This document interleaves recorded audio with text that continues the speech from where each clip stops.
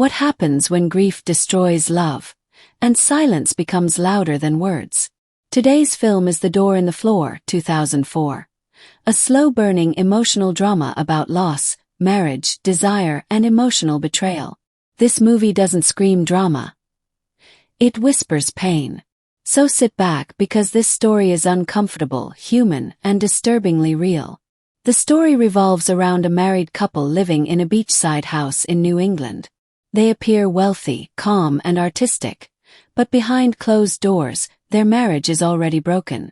The film explores grief, infidelity, emotional neglect, and how people cope differently with unbearable loss. Ted Cole is a successful children's book author.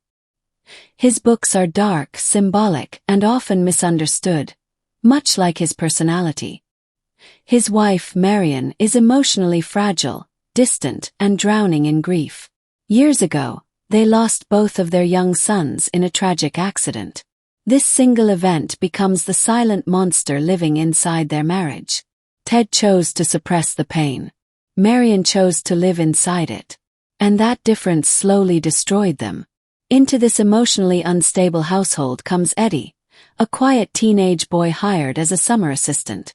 Eddie is innocent, observant, and emotionally starved himself.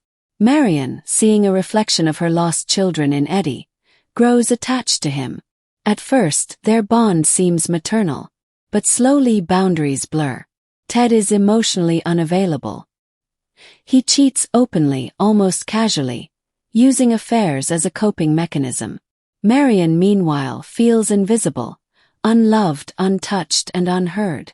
The tragedy is not just the loss of their children. It's the fact that they stopped grieving together. Marion's attachment to Eddie turns inappropriate. She doesn't seduce him out of lust. She reaches for him out of emptiness. Eddie is confused, uncomfortable, but also desperate for connection.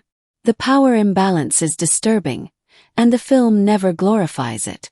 This moment marks the emotional collapse of the household. Ted eventually realizes something is wrong. Instead of anger, he responds with cold calculation. He doesn't explode, he controls. Ted's reaction reveals his true nature. A man who prefers manipulation over confrontation.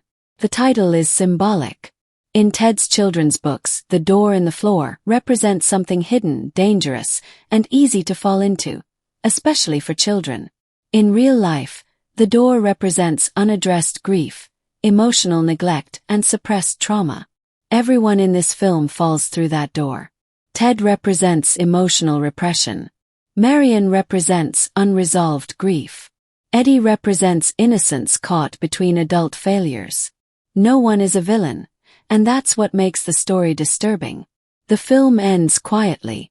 There's no redemption arc. No dramatic resolution. Just emotional consequences. And permanent damage. Some wounds never heal, they simply change shape. Grief can destroy intimacy. Silence can be crueler than anger. Emotional neglect is a form of violence. Some relationships survive tragedy. Others rot from it. This is not a comfortable film, but it is an honest one. The Door in the Floor, 2004, isn't meant to entertain. It's meant to unsettle. If you enjoy psychological dramas that explore the darker sides of human emotion, this film will stay with you long after the credits roll.